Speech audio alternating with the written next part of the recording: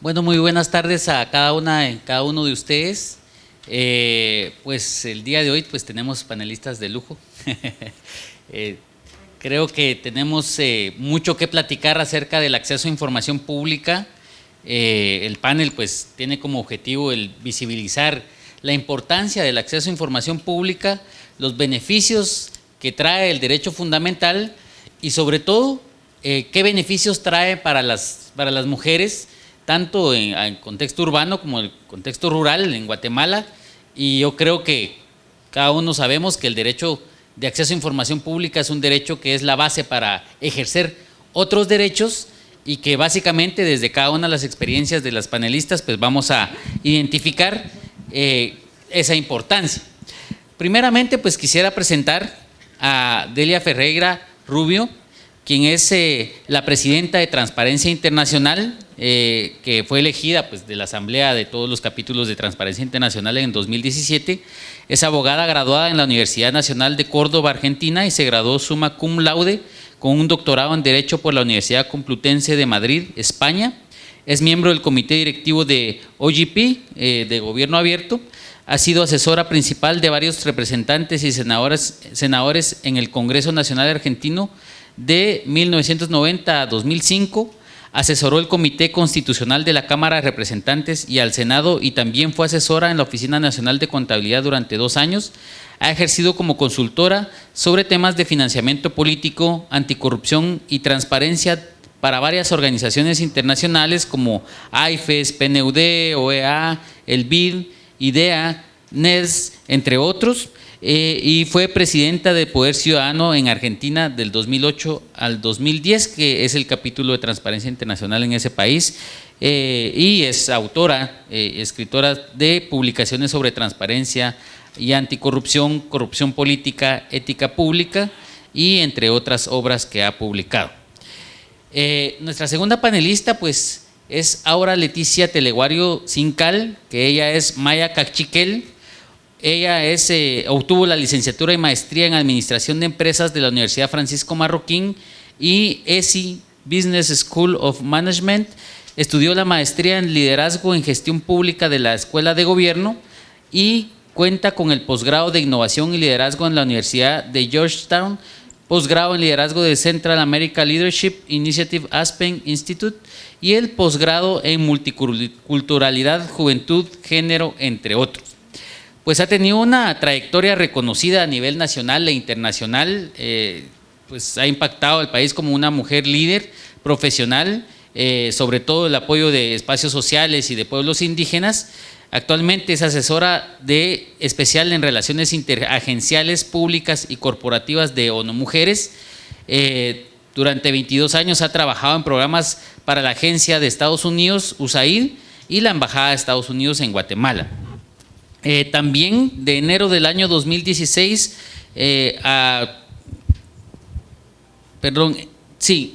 fue ministra de Trabajo y Previsión Social, convirtiéndose en la primera mujer indígena en la historia de Guatemala en ser nombrada para esta cartera. Durante su gestión pues promovió ciertas políticas públicas como la Política Nacional de Empleo Digno, prevención y erradicación del trabajo infantil, salud y seguridad ocupacional. Además, colaboró en viabilizar la implementación del convenio 169 de la OIT. En materia de transparencia, pues ha creado la unidad de probidad y transparencia del Ministerio de Trabajo cuando estuvo a cargo de esa cartera y entre otros, pues ha impulsado estos temas de transparencia. Por su parte, nuestra panelista, la licenciada Miriam Roquel Chávez, pues es mujer maya quiché, originaria de San José Chacayá, Sololá. Ella tiene un magíster en Derechos Humanos, es también licenciada en Ciencias Jurídicas y Sociales, abogada y notaria, tiene especialización global integrado a nivel de posgrado sobre pluralismo jurídico, interculturalidad y derechos humanos en Guatemala, tiene diplomados en Derechos Humanos por la Universidad de Rafael Andívar, diplomados en Derechos Indígenas también y aplicación del convenio 169, y diplomado sobre la correcta interpretación y aplicación sobre la legislación sobre femicidio, violencia contra la mujer y trata de personas. Dentro de su experiencia profesional, pues se encuentra que trabajó en la defensa pública penal, además que ha sido docente universitaria en la Facultad de Ciencias Jurídicas y Sociales en la Universidad de San Carlos de Guatemala. Actualmente es procuradora adjunta primera de la Procuraduría de los Derechos Humanos. Entonces, pues conociendo la trayectoria de cada una de ellas y aparte pues la experiencia en temas de acceso a información pública, nosotros hemos acordado pues modificar un poquito la metodología que teníamos al principio. Entonces vamos a tratar de hacerlo totalmente participativo, dinámico, en base a cada una de los expertices, y para ello pues vamos a hacer algunas preguntas generadoras primeramente para poder explicar desde cada una de las perspectivas cómo impacta el derecho a acceso a información pública en las mujeres.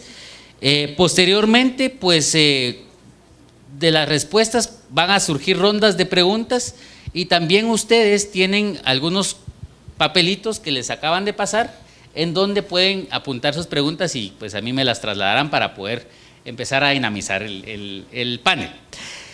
Y primeramente, para hablar de acceso a información pública, yo creo que hay que evidenciar el hecho de que es uno de los derechos novedosos de tercera generación y que realmente es un derecho que fundamenta otros derechos. Y en ese sentido resulta de especial trascendencia para las mujeres porque a pesar de que se minimiza quizás su impacto, nosotros desde Acción Ciudadana sí hemos tenido esa experiencia de ver cómo organizaciones de mujeres han podido ejercer su derecho de acceso a información pública, pero sobre todo el derecho a la vida, a la salud, a la educación, y que a partir de ello se han garantizado varios derechos y se ha incidido políticamente para poder hacerlo. Y es por eso que quisiera empezar primero hablando un poco acerca de este estudio que se presentó de Transparencia Internacional, el Barómetro de la Corrupción. Por ejemplo, hay datos en los que se indica que el 17% de las personas lo usa y que el 39% conoce de la existencia de este derecho, es decir, no todas las personas lo conocen según esta encuesta. Entonces, quisiera preguntarle a Delia, ¿cómo ve estos datos y cómo es que a partir de este derecho pues se puede impactar en los derechos fundamentales de las mujeres? Gracias, Eddie, gracias al Centro Carter por la invitación. Es un gusto estar otra vez en Guatemala y trabajando con ustedes en acceso a la información y acceso a la información y mujeres. Y realmente estamos hablando de un derecho que es fundamental. Es cierto que la construcción del derecho es dentro del marco de los derechos de la tercera generación, pero si nos remontamos al origen de nuestros países, repúblicas, precisamente está en el origen de esa forma de gobierno. República quiere decir la cosa pública, la transparencia en la información, porque la información no es propiedad de los funcionarios de turno, sino de los ciudadanos todos, hombres y mujeres. O sea que este derecho está en la esencia misma de nuestra organización de gobierno en Latinoamérica. Y además de ser por sí un derecho humano fundamental, es un derecho instrumental, es un derecho que nos permite ejercer otros derechos, que nos permite controlar al gobierno, que nos permite defender los derechos que tenemos, que nos permite exigir aquello a lo que tenemos acceso o deberíamos tener acceso. Y no solo es un derecho instrumental en ese sentido, es derecho de acceso a la información pública y ese para hace hincapié en el uso que le debemos dar a la información a la que accedemos. Y ese uso que debemos dar es casi tan importante como el derecho en sí mismo. Ese uso de la información a la que accedemos es lo que transforma este derecho en un derecho realmente transformador, porque es un derecho que nos permite generar las oportunidades para transformar la vida de las personas individualmente consideradas y de su núcleo familiar, como de las sociedades en sí. El uso que hagamos de la información es lo que nos permite como sociedad avanzar, mejorar, detectar problemas, corregir esos problemas, tomar soluciones de política pública sobre la base de conocimiento y sobre todo participar efectivamente. Para participar efectivamente en una democracia necesitamos información. Si no contamos con información, cuando queremos participar, lo que nos sucede es que el funcionario de turno nos contesta, ah, no, pero lo que pasa es que usted no tiene la información, entonces lo que está pidiendo no es posible o lo que fuera. Tenemos que ejercer nuestro derecho de participación sobre la base de usar la información a la que accedemos. Y no solo usar el derecho para preguntar o pedir información sobre cuestiones complejas. Habitualmente cuando se habla del derecho de acceso a la información uno tiene en mente que estamos preguntando sobre grandes casos de corrupción, listados de proveedores, ejecución del presupuesto general de una nación. Se puede usar el derecho de acceso a la información para hacer preguntas muy sencillas, que muchas veces son mucho más transformadoras una vez que obtenemos la información que las grandes preguntas a las que el periodismo de investigación nos tiene acostumbrado o las ONGs cuando trabajamos en esto estamos acostumbradas a pedir. También el ciudadano individual, el ciudadano de a pie, encuentra en el derecho de acceso a la información una herramienta de transformación de su vida y eso es lo que me parece más importante de destacar justo ahora que estamos a punto de celebrar el Día del Derecho de Acceso a la Información, que es el 28 de este mes. Gracias. Bueno, y en ese sentido yo quisiera preguntarle a Aura, desde la experiencia en el ministerio y que pues leyendo el perfil aparece que se implementó una unidad de transparencia y de probidad, entiendo yo, y también por la relación que tiene el Ministerio de Trabajo pues, para generar esos empleos para las mujeres.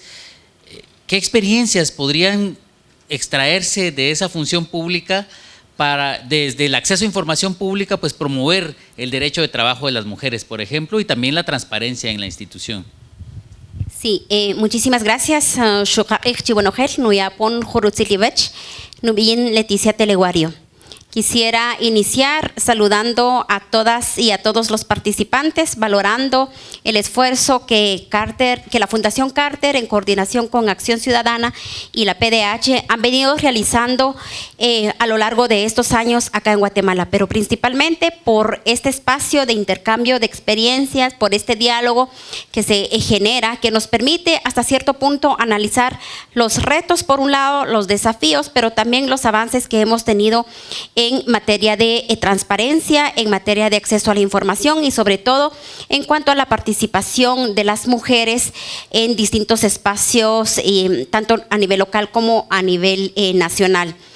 Desde el Ministerio de Trabajo, como bien lo dice mi hoja de vida, establecimos prioridades acorde a las necesidades de la población. Para mí es bastante oportuno mencionar que al llegar al ministerio hicimos un análisis de la política que en ese momento estaba disponible para la ejecución e implementación en la cartera laboral. Y veíamos en la portada de la política de trabajo que en la primera hoja del documento decía elaborado por el Ministerio de Economía y Ministerio de Trabajo. Entonces, vedaba la participación de las personas, de los trabajadores y los empleadores en ese momento para construir una política que hasta cierto punto legitima la participación de todos los sectores. En ese sentido, como una de las primeras acciones para legitimar y para darle la participación a la sociedad a quienes los funcionarios de gobierno se deben, se organizaron diálogos territoriales y regionales que permitió establecer las prioridades que tuvimos en la cartera laboral, partiendo de la política de empleo digno, en la cual pues incluimos y priorizamos la participación de los pueblos indígenas, de los jóvenes, de las mujeres y sobre todo apostarle al emprendimiento, siempre respetando el derecho el derecho de los trabajadores con base a lo que establecen las diferentes leyes y los convenios internacionales ratificados en materia laboral. En relación a la unidad de probidad y transparencia, justamente al tener diálogos permanentes con diferentes sectores de la sociedad, se identificó la necesidad de transparentar los procesos que se llevaban a cabo en esa cartera. Y en ese sentido, pues hicimos las gestiones para crear esta unidad que permitiera 2 ejercicios. Uno, una evaluación a lo interno de cómo se ejecutan y se coordinan los diferentes programas que se implementan, de cómo a través de la unidad de transparencia, la UTP, como lo denominamos, podrían los mismos trabajadores de la cartera laboral poner sus propias denuncias en cuestión de posibles anomalías que se evidenciaran en la cartera. Pero también, como ya la colega bien mencionaba, en distintos momentos el acceso a la información es de ambas vías, porque también permite hasta cierto punto el conocer de las políticas, por un lado, pero por otro lado, cómo aportar y dar insumos a la implementación de las políticas. Entonces, por un lado, la importancia de transparentar y legitimar los procesos, y por otro lado, abrir la plataforma a los comentarios de la sociedad civil para juntos coordinar e implementar acciones establecidas dentro de la Política Nacional de Empleo. Obviamente, estar en un espacio de la administración pública conlleva grandes responsabilidades y en ocasiones es bastante complejo el tratar de llevar a cabo una agenda de transparencia cuando hay toda una historia y toda una estructura que en distintos momentos es difícil romper. Por lo tanto, se evidenció, con base a mi experiencia, bastante resistencia desde lo interno del ministerio a que esta unidad tuviese en principio la legitimidad, posterior a ello los recursos adecuados y obviamente el objetivo primordial de identificar los cuellos de botella a lo interno, pero también a lo externo. Pensamos que me dio mucha tristeza el evidenciar con la presentación que nos compartieron hace un momento, de que entre la lista de las 3 instituciones de gobierno está el Ministerio de Trabajo y Previsión Social como una de las carteras en donde encuentran más desafíos para accesar a la información. Obviamente se hicieron, durante mi periodo, se hicieron los esfuerzos para tratar de que esa unidad tuviera toda la legitimidad y el acompañamiento y el respaldo político desde el más alto nivel, pero asumo que las prioridades en distintos momentos cambian y por múltiples razones asumo que hay una debilidad en este momento. Por ser una primera experiencia, también hubieron desafíos bastante fuertes en tener a las personas correspondientes en esa unidad de probidad y transparencia. Sin embargo, hubieron casos específicos que no solamente cayó en la denuncia, sino también permitió evitar problemas específicos y sobre todo el que a través de la coordinación y el diálogo permanente con la sociedad civil logramos establecer ciertos diálogos que nos permitió hasta cierto punto hacer algunas modificaciones dentro de la política de empleo para darles mayor oportunidad a los grupos a quienes priorizamos, como ya bien lo mencioné. Pues muchísimas gracias. Yo creo que incluso es difícil y el escuchar, por ejemplo, cómo es de un reto bien grande dentro de la institución pública el implementar pues temas de transparencia y que obviamente van a haber resistencia de ciertos grupos, pues sería muy interesante conocer también cuáles fueron ese tipo de retos que se dieron al interior. Pero digamos en la segunda ronda de preguntas vamos a preguntar eso. Yo quisiera conocer, bueno, la PDH es la entidad garante del derecho a acceso a información pública. Funciona la Secretaría de Acceso a Información Pública, que monitorea a las instituciones públicas en general el cumplimiento de la ley, y también pues hay ciertos mecanismos de garantía a los derechos fundamentales. Pero como estamos hablando acerca de cómo se implementa o cómo se puede garantizar el derecho a acceso a información pública de mujeres, desde la PDH, ¿qué esfuerzos se están haciendo, por ejemplo, para promover este derecho en las mujeres? ¿Y cómo es que se puede promover dentro de las entidades públicas, o sea, en general, que se facilite ese acceso a información pública para las mujeres? Bueno, en primer lugar, saludar a las distinguidas panelistas, al público en general, y gracias por aceptar la invitación que se les fue extendida. En relación, ¿qué es lo que ha hecho la Procuraduría de los Derechos Humanos? Debemos enmarcarnos, en primer lugar, entre uno de los ejes importantes de la institución está la educación y también está acceso a la información. Y para ello, dentro del marco del mandato, que es justamente educar y promover los derechos humanos, se ha encomendado entre uno de los puntos especiales a través de la Dirección de Investigación, la Dirección de Educación, en conjunto con la Secretaría de la SECAI, en este caso, es impulsar primero la educación en materia de acceso a la información. Debemos reconocer que es un derecho humano fundamental de todas las personas. Si nosotros conocemos nuestro derecho, la podemos ejercer, la podemos exigir, y si conocemos qué tipo de información podemos requerir, esto nos ayuda precisamente a ser más transparentes. Eso creo que es lo fundamental, que son dos derechos que están prácticamente concatenados. Es un derecho integral que si la persona o la población está educada, conoce los derechos, lo va a exigir más. Y eso es lo que se está apuntalando en materia de educación, es llegar justamente en coordinación con Acción Ciudadana, con el Centro Carter, buscar esa población en la que debe llegar precisamente en la capacitación. Si nos capacitamos, conocemos y de esa manera exigimos. Desde esa parte también es importante indicar la labor que realiza la Secretaría de Acceso a la Información, porque es el ente regulador en que cada uno de los entes obligados está justamente en la obligación de proporcionar la información, y tener en cuenta que cada uno de nosotros, los funcionarios públicos, pues somos únicamente depositarios de la información y que estamos obligados, por supuesto, a brindar esa información. Bueno, dentro de cada una de las alocuciones, pues siempre se evidencia el hecho de que, o sea, el acceso a información pública, pues es importante para la vida de las personas. Y Delia al principio hablaba de que es una acción transformadora. En ese sentido, o sea, para las mujeres guatemaltecas, pero especialmente para las mujeres indígenas, yo creo que resulta de especial trascendencia el promover este tipo de derechos.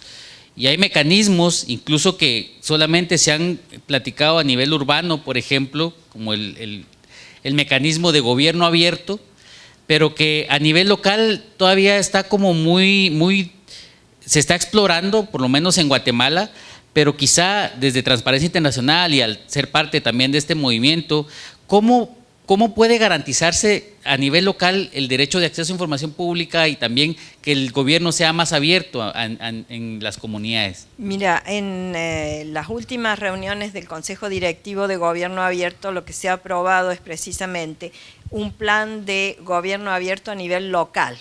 Por el momento había solo algunas ciudades en el mundo que tenían pilotos de gobierno abierto a nivel local, y ahora se ha aprobado un plan general, así que hay una ventana de oportunidad muy interesante para bajar el nivel de implementación a cada uno de los municipios del país. Y como ustedes saben, la idea de gobierno abierto es información para la participación, no solo datos abiertos. Datos abiertos es algo, pero en la apertura de los datos, la accesibilidad a datos públicos no es nada más que un instrumento para la participación, y la Alianza de Gobierno Abierto precisamente apunta a eso, y ahora con un programa que también baja a nivel local. Pero me parecía interesante volver a lo que decía Aura sobre la lucha para cambiar la cultura organizativa, la cultura del servicio público en muchos de nuestros países en la región. Y Miriam señalaba, el funcionario público tiene el deber de informar, no es que sea el dueño de la información. Y este es un desafío que encontramos en todos los países. En mi país, en Argentina, por ejemplo, teníamos casos como el siguiente: un funcionario público que recibe, hace muy poco tiempo, con la implementación de la ley, el órgano garante y demás, recibe un pedido de acceso a la información de Poder Ciudadano, que es nuestro capítulo ahí, sobre una información que no era nada complicada, y contestó con firma del funcionario: esa información está disponible en Google. Bueno, señores, para eso no hemos creado la ley de acceso a la información pública, ni ese señor funcionario estaba sentado donde estaba para decirnos que en Google podíamos encontrar la información. Otras veces lo que nos encontramos es que cualquier elemento sirve para decir no voy a dar la información. Y esto es muy importante porque las restricciones y limitaciones que son razonables tienen que ser interpretadas en sentido restrictivo, como cualquier limitación a un derecho. En muchos países, por ejemplo, en materia de contrataciones públicas, cuando uno pregunta sobre contratos celebrados por la administración pública, obviamente con empresarios, con gente del sector privado, es fácil encontrar la respuesta por parte del funcionario: no podemos dar esa información porque hace al derecho de la intimidad del privado.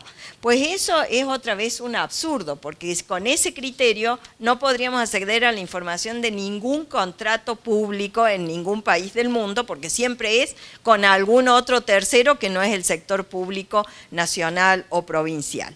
Entonces tenemos que ser muy atentos, o estar muy atentos a educar a la población para que pida acceso a la información y luego use esa información para mejorar su vida, pero también tenemos que educar a los servidores públicos sobre cuál es su responsabilidad y cuál es su ubicación respecto al ciudadano, que en realidad le está pagando el sueldo, es el soberano, y lo que tiene enfrente es el acceso a una información a la que tiene derecho esencial.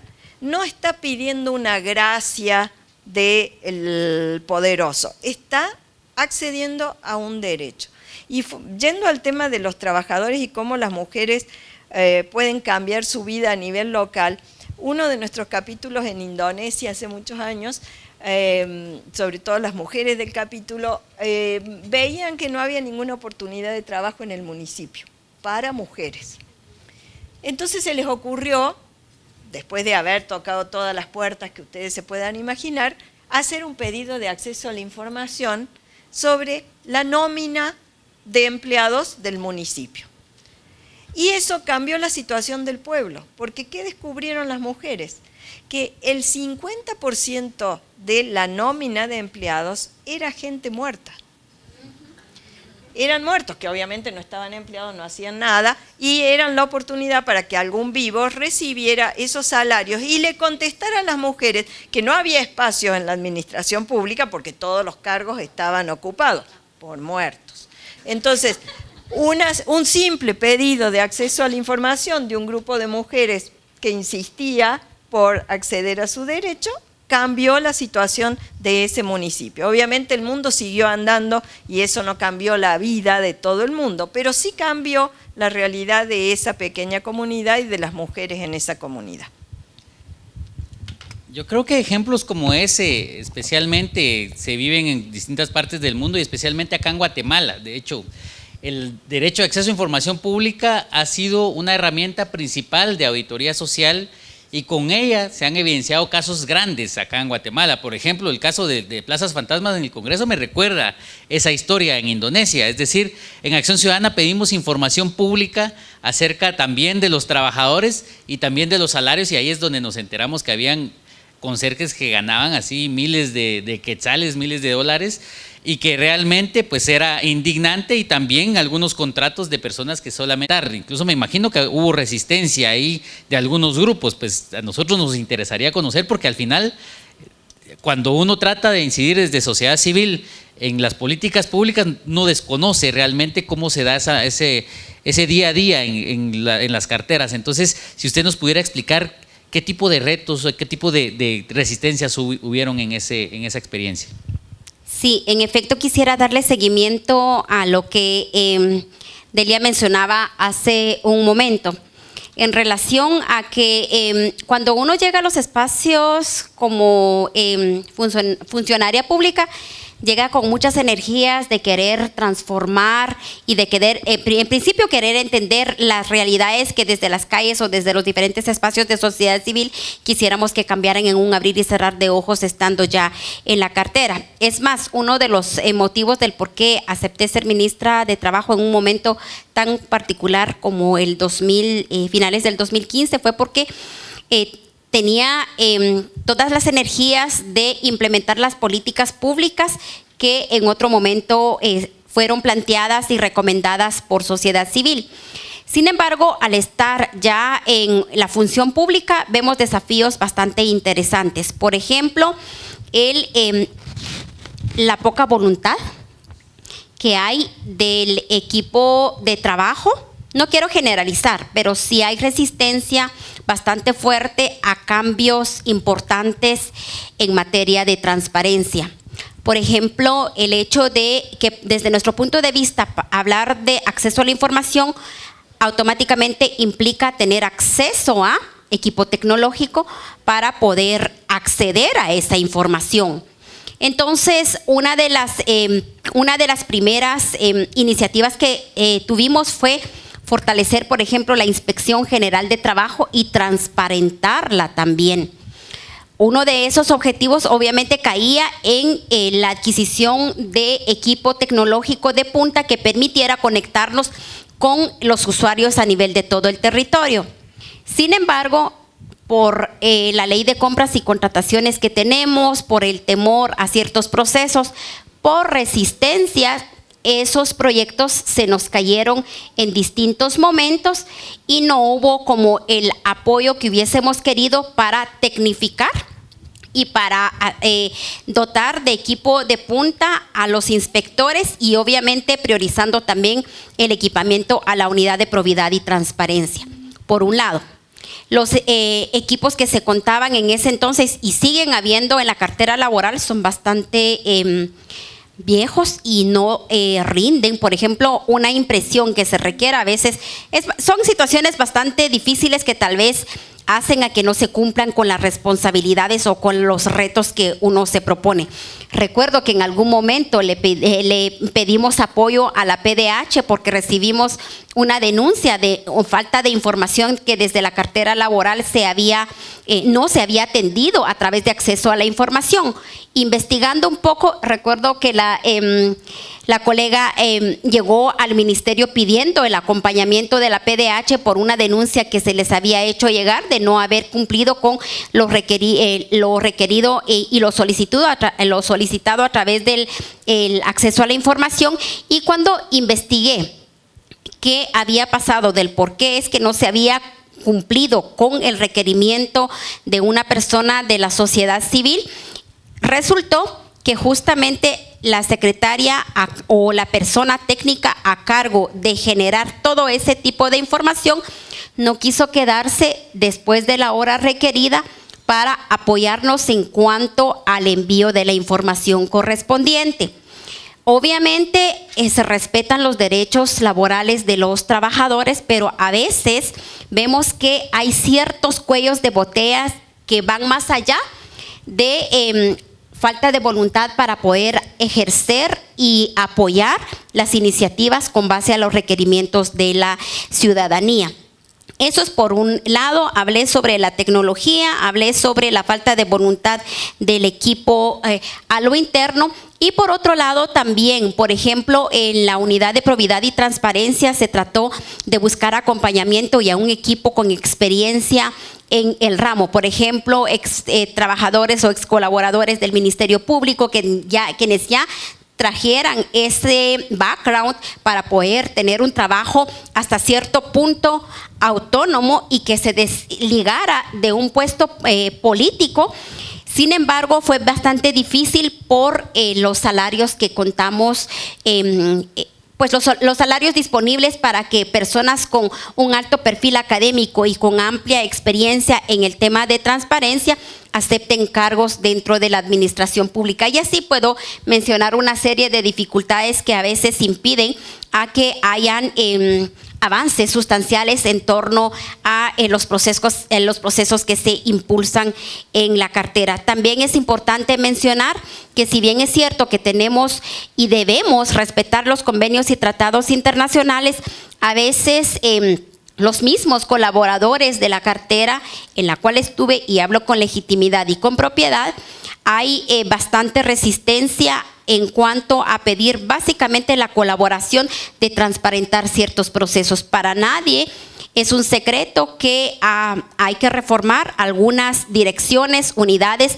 no solamente del Ministerio de Trabajo, sino de otras carteras, porque ahí es donde hay rumores de posible corrupción.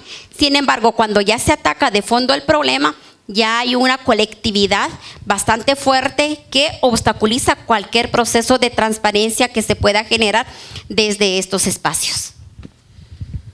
Ok, bueno, interesante conocer también cómo se ha dado la experiencia ya en la función pública, que no todos tenemos esa oportunidad y yo creo que es valioso explicarla.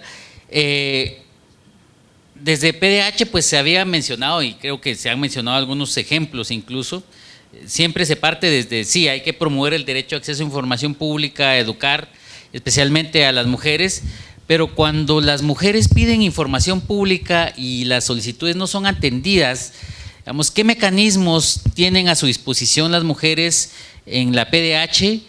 Y si estos realmente cumplen con los parámetros de celeridad, por ejemplo, para poder tener la información, o sea, al final uno de los principios del derecho de acceso a información pública es la pertinencia, es decir, que tengan la información en el momento porque lo van a utilizar para un objetivo específico. Entonces, ¿de qué formas la PDH pues promueve que ese derecho se respete cuando ha sido negado? En primer lugar, que la población conozca, pues existen 33 auxiliaturas a nivel nacional y unas de carácter municipal. Bajo esta circunstancia, todas las personas tienen el derecho, por supuesto, en algún momento determinado, tener el acompañamiento de la Procuraduría de los Derechos Humanos. Eso es fundamental.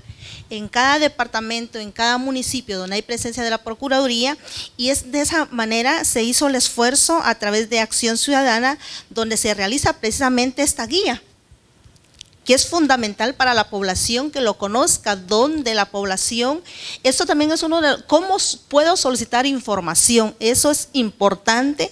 ¿Qué pasa si no me entregan la información? Y qué posteriormente de no entregar, ¿cuál es el paso a seguir? Es importante que cuando las personas a través de la sociedad civil, por eso necesitamos el empoderamiento a través de las capacitaciones, a través de la socialización del tema del acceso a la información, pero también es importante, como decía Delia, es en cuanto también que la población, tanto los sujetos obligados, tengan también el conocimiento, porque estuve en una reunión en Sololá, donde la misma oficina de la mujer no desconocía totalmente cómo yo puedo orientar desde la oficina municipal. Si una mujer requiere mi atención, no puede guiarle. Eso es bien importante, que sea la educación en doble vía, tanto al funcionario y tanto a la población. Y de esa manera, entonces, cuando una persona no logra accesar a la información o porque pueda ser amenazada por alguna circunstancia, pueden pedir el acompañamiento de la Procuraduría de los Derechos Humanos para que se le pueda brindar la información. Y cuando esto no sucede, transcurso los 10 días, pues la población también tiene el derecho a denunciar, porque es una violación al derecho humano al no otorgar el acceso a la información y posteriormente iniciar el procedimiento correspondiente, que la Procuraduría tiene también entre los mandatos, es investigar violaciones a derechos humanos. Eso sería ver la ruta principal, que primero que se conozcan que están las auxiliaturas a nivel departamental, municipal, y que existe la Secretaría Ejecutiva de Acceso a la Información, y asimismo se les puede dar el acompañamiento. Cuando no se logra adquirir esa información, pues ya estaríamos frente a una violación de derechos humanos que tiene que iniciar a través de una denuncia y posteriormente hacer nosotros como Procuraduría requerir los informes circunstanciados al sujeto obligado. Y también dejarla a disposición el 1555, que es el call center de la institución, para que toda persona pueda también desde esa línea presentar su denuncia. Claro, Guatemala tiene una dinámica bien especial. De hecho, la legislación en materia de acceso a información pública es uno de los pocos países que tiene tipificado como delito el retención de información pública. Ese es un avance, creo yo, incluso se han hecho análisis acerca del mismo, porque muchos dicen, ¿para qué vamos a penalizar el hecho de que no se entregue la información pública? Pero si nosotros pensamos ¿cuál es el fin del derecho a acceso a información pública? Es proteger, primero, un derecho fundamental, que es el de acceder a información. Y segundo, se está protegiendo la transparencia en la administración pública. Entonces, creo que ese trabajo que hace la PDH, el Procurador de los Derechos Humanos, pero también otras entidades como el Ministerio Público, ya investigando y viendo cómo se puede promover el derecho a acceso a información pública, y con eso no quiero decir, bueno, hay que asustarnos por el castigo, sino simplemente es una cuestión preventiva de que los funcionarios públicos saben que si no entregan la información pública podrían ser castigados. Entonces, eso es algo que hay que resaltar, y también que la coordinación debe ser desde distintos ámbitos institucionales. Y entonces, a mí me gustaría preguntarle a Delia, ¿qué tipo de recomendaciones se le pueden dar, por ejemplo, a entidades públicas para poder abrirse más hacia el acceso a información pública y también abrirse más hacia los derechos de las mujeres? Gracias, Eddie, por la pregunta, y creo que, bueno, las recomendaciones van por empezar por tener una buena ley de acceso a la información pública, pero esencialmente por implementarla y ponerla en marcha. De nada sirve que la ley esté entre los libros de derecho si eso no se transforma en un ejercicio real. Y me parece que hasta acá hemos estado hablando del ciudadano que va y pide información, y eso era la tercera generación de derechos, pero en este derecho de acceso a la información hemos dado un paso más, incluso en nuestra región, cuando estamos hablando de la información proactiva, o sea que ya queda claro que hay cosas que no necesitan los ciudadanos ir a pedirlas para acceder a la información, sino que es un deber del Estado proactivamente poner a disposición de todo ciudadano en forma gratuita, oportuna, sencilla, utilizable, toda la información para que el ciudadano individual, la organización de la sociedad civil, el periodista que quiere investigar o incluso algún funcionario público de un organismo de control pueda acceder a esa información sin tener que ir a pedir la información. Y eso me parece que es un deber del Estado en la actualidad. No ya centrarse en el derecho a la información como el mecanismo en que el ciudadano va o llama al call center o tiene que mandar un mail o entrar a una casilla de correo, sino cómo puede acceder a información que está habilitada para el acceso todo el tiempo en forma gratuita, sea donde sea que el ciudadano esté ubicado, garantizando el anonimato de quien pide la información. Nosotros en nuestra región todavía vemos leyes donde se exige la identificación del ciudadano, incluso con su nombre, número de documento, domicilio, clave fiscal, donde se le pide al ciudadano que indique para qué quiere la información. Eso no puede pedirse, es de mala práctica. La ley debe garantizar que la pregunta se conteste o, mejor aún, que la información esté disponible. Pero hablando de esta cuarta generación, yo creo que también hay algo en que nosotros los que pedimos la información o tratamos de accederla, tendríamos que empezar a mirar con más atención. Y es el gran volumen de herramientas de inteligencia artificial que está usando el Estado para tomar decisiones públicas y que está usando el Estado para determinar si yo soy sujeto de un derecho, si tengo derecho a acceder a un subsidio, si tengo derecho a acceder a un crédito, y la respuesta es, no, pero eso lo hace un algoritmo. Yo creo que es el momento en que empecemos a preguntar qué dice el algoritmo. Porque cuando una mujer va a pedir un crédito a una institución pública y la respuesta es, no, el sistema dice que usted no reúne los requisitos, la respuesta es, bueno, ¿con quién puedo hablar? No, es que lo dice el sistema, señora, no es algo personal, lo dice el sistema. El sistema es un conjunto de algoritmos. Tenemos derecho a saber qué dice ese algoritmo.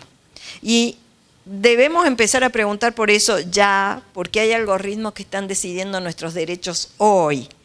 Y si no empezamos a preguntar ahora por eso, vamos a llegar a lo que yo llamo la algocracia, el gobierno de los algoritmos, que van a decidir qué sentencia nos corresponde, como ya está pasando en algunos estados en Estados Unidos, o como se ha estado aplicando en Israel, donde descubrieron que los jueces, y por suerte lo usaron solo para los jueces de tránsito, no los jueces penales, pero descubrieron que los jueces a la mañana, cuando habían desayunado y estaban descansados, eran más benévolos para juzgar los casos que igual infracción cuando se acercaba el mediodía, el juez ya estaba cansado y tenía hambre.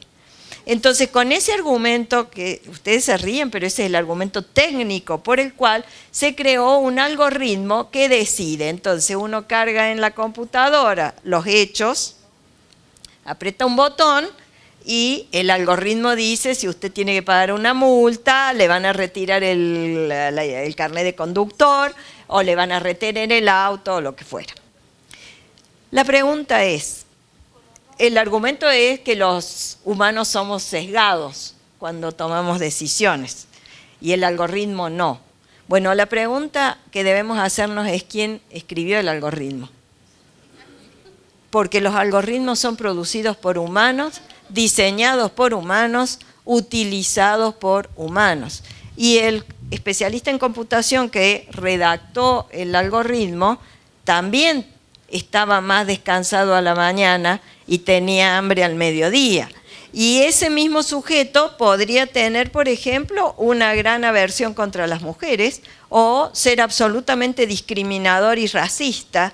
Y todos esos sesgos quedan embebidos, digamos, quedan internalizados en el algoritmo. Así que si simplemente vamos a confiar en que la tecnología es muy moderna, divertida, rápida y demás, estamos corriendo un riesgo fenomenal. Ese debería ser nuestro objetivo como ciudadanos de ahora en más. Bueno, interesantísimo. O sea, hablar del acceso a información pública en estos momentos históricos es importante, es decir, prácticamente somos, eso que decían los autores siglos atrás, la total apertura de los datos, incluso de los datos privados, es decir, esto de las redes sociales y todo eso es la apertura del acceso a información incluso privada y cómo protegemos ese acceso a información. Yo creo que es una discusión que se empieza a generar y que poco a poco pues vamos a esos miedos futurísticos que tenemos acerca de cómo se va a manejar la tecnología y cómo podemos aprovecharla de mejor forma también.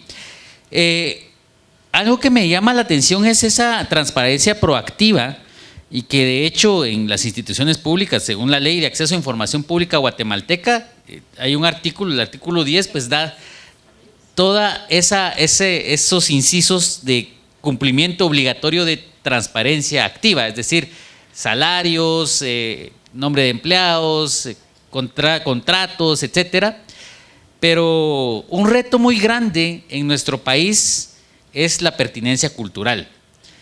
Incluso en el contexto en el que realmente la mayoría de personas, o por lo menos personas indígenas, no van a entender qué es lo que está en la página web, si bien tienen acceso a información del internet. Entonces, ¿de qué formas podemos promover también el acceso a información con pertinencia cultural? Sí, para usted. Pienso que una de las recomendaciones que pudiésemos utilizar para el 48% de la población que según el censo 2018 recién publicados somos pueblos indígenas en Guatemala, es fundamental el hacer alianzas estratégicas con, por ejemplo, las instituciones o los diferentes ministerios con la Academia de Lenguas Mayas, solo por darles un ejemplo, a efecto de que podamos llegar a las comunidades más lejanas y que la información pueda ser transmitida, aceptada y sobre todo utilizada por la población más lejana. Por otro lado, también es importante mencionar que es adecuado a que haya un rubro presupuestario que reivindique los derechos de los pueblos indígenas y, como bien sabemos, el acceso a información es un derecho, por lo tanto deberían de haber presupuestos establecidos para llegar a esta población que, como bien sabemos, representa más del 50% de la población. Por un lado. Por otro lado, también es importante a que haya voluntad política, porque el tema presupuestario, los desafíos tecnológicos y demás es un punto, pero también es importante a que el país, y en aras de ir avanzando con este nuevo gobierno, que el gobierno tome en consideración la diversidad de Guatemala. Guatemala no es un país que, si bien es cierto, tiene características similares como Perú, Colombia, países, Bolivia y demás. Acá somos mayoría de población indígena, por lo tanto las políticas públicas deben tener esa lógica de entendimiento del país en el cual estamos. Y si somos más del 50% de la población, deben haber condiciones diferenciadas de políticas públicas, como por ejemplo usted mencionaba el acceso a la información, para que todas y todos tengamos la oportunidad en principio, de monitorear las acciones de nuestros funcionarios públicos, pero también tener la oportunidad de dar recomendaciones, retroalimentación con base a la experiencia territorial para que las mismas sean canalizadas a través de la implementación de la agenda de gobierno. Hay varios desafíos en cuanto a la pertinencia cultural. Sin embargo, también es importante que nos enfoquemos en el rol de las diferentes instituciones, no solamente la Academia de Lenguas Mayas, sino todas las instituciones de gobierno deberían de tener como prioridad la atención y el abordaje de temas que son del interés del más del 50% de la población. Gracias. Yo creo que esta va a ser la última ronda, anuncio, la última ronda de preguntas directas, y vamos a dar paso a las preguntas, y tengo algunas pocas acá, pues si ustedes quieren preguntar más, pues aquí estamos abiertos a contestarles. Yo creo que es importante el trabajo que hace la Procuraduría de los Derechos Humanos respecto a garantizar que las entidades entreguen información pública y cumplan con esa transparencia activa. Pero nosotros siempre, desde sociedad civil, siempre tenemos esta duda. Es ¿qué vamos a hacer con los datos que se recogen cada año en los informes? Digamos, ¿cómo podemos mejorar de forma… Yo sé que es complicado porque realmente, ¿de qué forma podemos pensar el utilizar estos datos para poder generar desde la Procuraduría de los Derechos Humanos recomendaciones a las entidades públicas y que garanticen el cumplimiento de acceso a información pública? Bueno, en principio en la Procuraduría se dan dos situaciones de carácter constitucional. Uno está el informe anual circunstanciado, que dentro del mismo va incluida una fracción del acceso a la información. Pero además también la Ley de Acceso a la Información refiere que año con año, en enero, también se recoge la información y se debe haber una información especial sobre acceso a la información. En el informe anual circunstanciado, lo que nosotros hacemos muchas veces después es las recomendaciones. Hacemos llegar las recomendaciones a todas las entidades que brindaron información, y entre ellas están las municipalidades. Cómo mejorar precisamente para poder materializar la Ley de Acceso a la Información. Eso es a nivel institucional, pero otra vez generar desde la sociedad civil también, de acuerdo a las recomendaciones planteadas por la Procuraduría, y posteriormente nosotros también le damos seguimiento a esas recomendaciones, si fueron implementadas, de qué avances pueden tener las recomendaciones giradas en torno, inclusive va al Congreso de la República, el informe anual circunstanciado de labores del Procurador de los Derechos Humanos, que desde ahí se pueden también impulsar esa parte, cómo podemos generar que las municipalidades o los entes rectores obligados, puedan cumplir con la Ley de Acceso a la Información. Pero quizá quiero también, tal vez estoy saliendo un poquito del ambiente de lo que me están preguntando, es en torno a la problemática que muchas veces también, qué hacer, cómo cuidar la información sensible, los datos personales, porque también hemos recibido muchas denuncias donde las empresas comercializan con los datos personales de cada uno, es decir, aparecemos con números rojos, dicen, usted no puede tener eso porque ya utilizan la información, ya venden la información. Eso es un poco delicado y la misma ley no tiene esa especialidad. ¿Cómo se podrá interpretar sobre los datos personales, los datos sensibles de la población? Porque muchas veces lo están mal utilizando, y que eso pueda generar también una violación al derecho a la identidad de la persona, porque ya la están utilizando las empresas para comercializar, como la Infonet, porque hemos tenido varias denuncias respecto a esta empresa que utiliza precisamente esa información para perjudicar a la población para otros fines de carácter comercial. Muchas gracias. Sí, ese es un problema estructural y de hecho es muy preocupante porque ¿de dónde obtienen los datos estas empresas? Primero, o sea, ¿cómo es que obtienen esos datos? Pues hay ciertas garantías constitucionales y cada uno de nosotros sabemos, pero imaginemos, no estoy diciendo que sea así, pero imaginemos que funcionarios públicos de alguna forma facilitan esa información. Creo que es muy delicado, incluso está tipificado como delito en la Ley de Acceso a Información Pública, que yo creo que ahí es donde también nosotros como ciudadanos tenemos que trascender, no solamente en solicitar información, sino también en proteger nuestros datos. Y esto pasa también de cómo vamos a compartir nuestros datos a nivel informático en las páginas de internet, etcétera. Bueno, aquí hay una pregunta específica para Delia que dice, ¿cómo podemos trabajar con la resistencia de funcionarios o funcionarias públicas para brindar información con sencillez y celeridad? Exigiendo y protestando y recurriendo a los canales que ustedes tienen aquí y que otros países tienen en su respectiva infraestructura para poner de manifiesto que no se ha dado la información solicitada en el tiempo oportuno.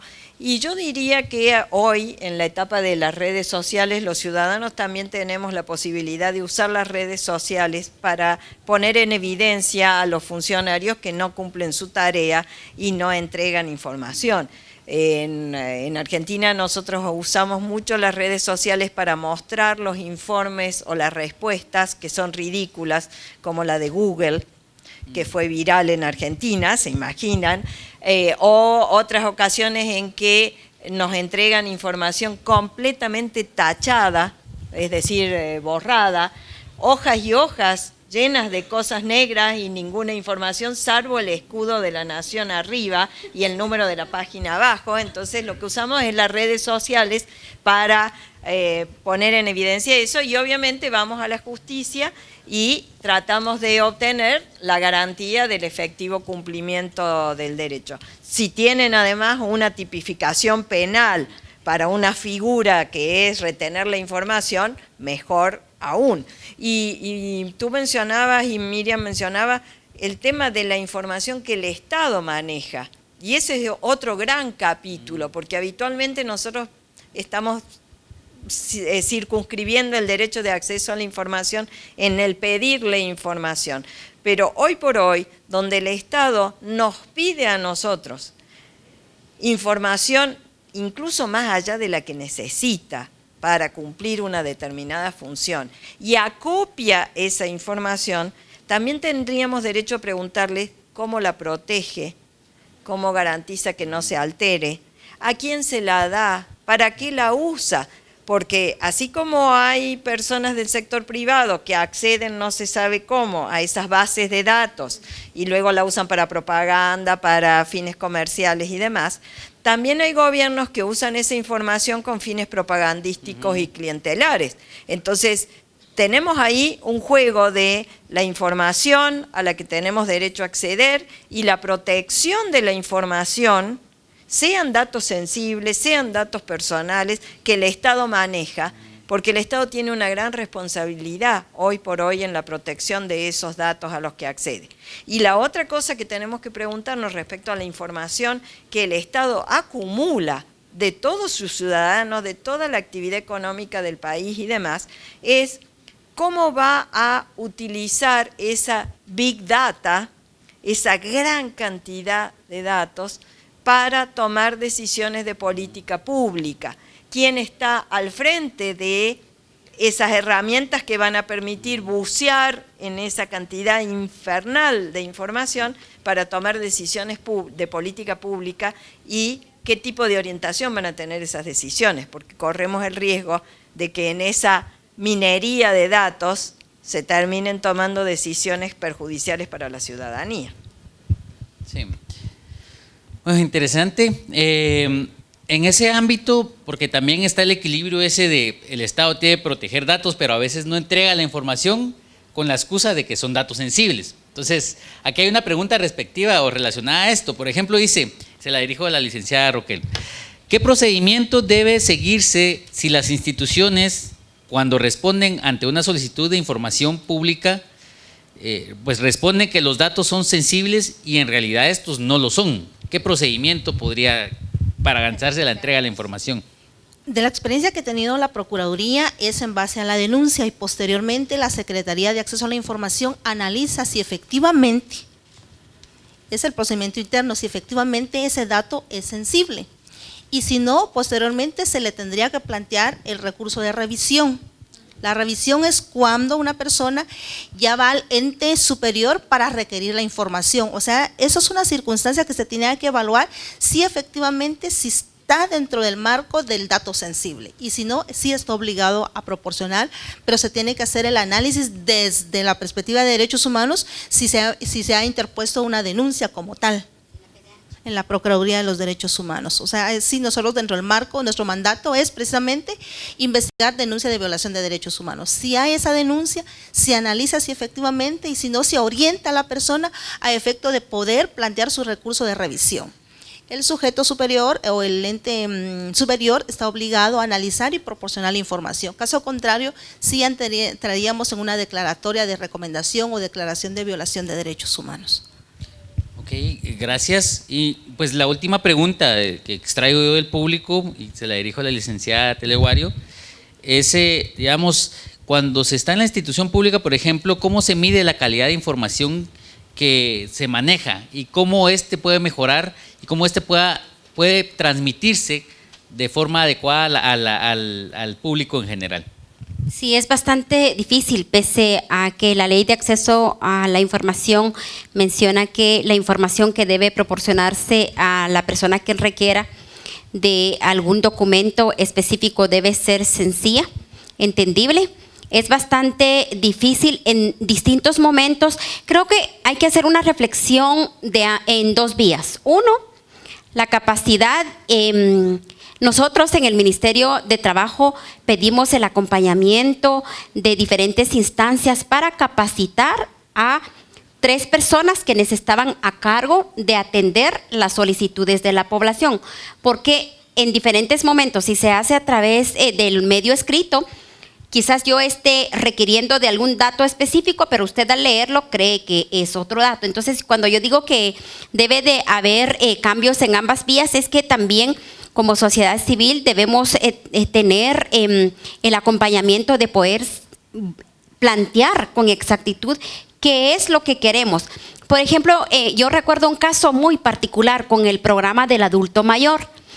Nos preguntaban y nos pidieron a través de acceso a la información, obviamente asumo que por anomalías que posiblemente vieron en alguna comunidad, el listado de todas las personas beneficiadas del 2011 hasta el 2017 a nivel de todo el país. ¿En qué momento íbamos a poder responder y enviar la documentación requerida? Era bastante complejo. Entonces, pienso que sí, la formación y la capacitación en cuanto a los actores quienes tienen bajo su responsabilidad la atención a las diferentes solicitudes es un punto. El otro punto es que haya el respaldo del más alto nivel de la autoridad superior para que cuenten con el equipo, con la tecnología y con los recursos adecuados, incluso no solamente tecnológicos, sino del equipo humano para atender con prontitud y con base a lo que la ciudadanía pide en este momento. Yo quisiera, como es la última intervención, cerrar mi intervención, valga la redundancia, felicitando y agradeciendo a la organización de este evento, principalmente porque en la PDH realizan un reconocimiento anual de las instituciones que han sido las más efectivas anualmente, hablando sobre las instituciones de gobierno. Para cualquier funcionario público, aunque no sea lo que se esté buscando, es bastante oportuno el que reciban un reconocimiento, no solamente a la autoridad máxima, sino que incentiva el trabajo colectivo y en equipo para brindar un mejor servicio a la ciudadanía. Por lo tanto, creo que eso es un buen ejercicio que ustedes implementan. Y en cuanto a los desafíos que tenemos como sociedad civil, si bien es cierto que hay bastantes debilidades, es importante a que sigamos haciendo la lucha de gestionar la información que creamos pertinentes. No es momento de claudicar, al contrario, porque como ya bien la subprocuradora bien mencionaba y usted también mencionaba, los grandes avances que hemos tenido en materia de transparencia en gran parte ha sido por los avances que tenemos en cuanto a la implementación de la 57-2008 con todo y sus desafíos, pero en el caso de Guatemala han habido avances muy importantes de combate a la impunidad y a la y la corrupción a través del acceso a la información. El desafío sigue siendo bastante fuerte para brindar las condiciones adecuadas. Sin embargo, mi invitación es para no claudicar, al contrario, tratar de unir esfuerzos, fortalecer los esfuerzos que desde otras instancias nacionales e internacionales se hace para tratar de mejorar la situación actual del país, y hay que seguir trabajando hacia esa vía. Ok, pues muchísimas gracias.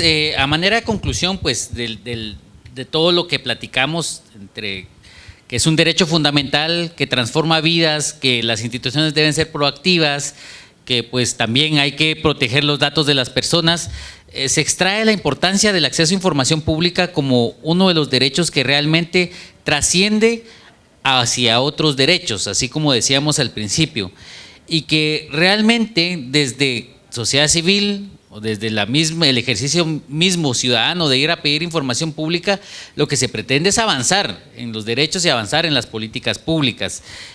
Yo creo firmemente en que no hay que subestimar el derecho a acceso a información pública. Es una de las pocas herramientas y es uno de esos pocos poderes que se le han dado a la ciudadanía para poder incidir en la política pública. Y a través del acceso a información pública han habido cambios trascendentales en este país, especialmente con los casos, por ejemplo, que en algún momento sí conoció, muchos de ellos fueron por puro ejercicio ciudadano. Es decir, el acceso a información pública es uno de los derechos que verdaderamente ha incidido y va a incidir en los cambios que se necesitan en el país. Ahora que estamos en un panorama en el que la gente pues piensa que después de sigue hay frustración y que no va a pasar mayor cosa y todos soportamos cualquier tipo de decisión que ejercen las autoridades, este es el momento en el que hay que ejercer el derecho a acceso a información pública. Entonces queda ese llamado hacia la sociedad civil, pero también a las entidades públicas para que garanticen este derecho y podamos avanzar como sociedad. Entonces, muchísimas gracias por el panel, muchísimas gracias a cada una de ustedes y también a ustedes por la atención prestada. Feliz noche.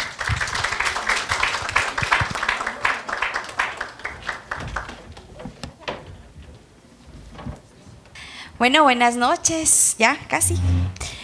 Buenas tardes todavía. Ha sido una jornada bastante ardua. Creo que tanto la presentación que hizo Sofi en cuanto a todo ese proyecto que Centro Carter está trabajando ya en 4 departamentos con cuestiones muy claras, dirigidas, nos da esa idea y esa necesidad de continuar trabajando en el acceso a la información. Sabemos que es un derecho que abre la oportunidad para que podamos ejercer otros derechos, pero también para que transforme vidas, como justamente Eddie decía al finalizar el foro.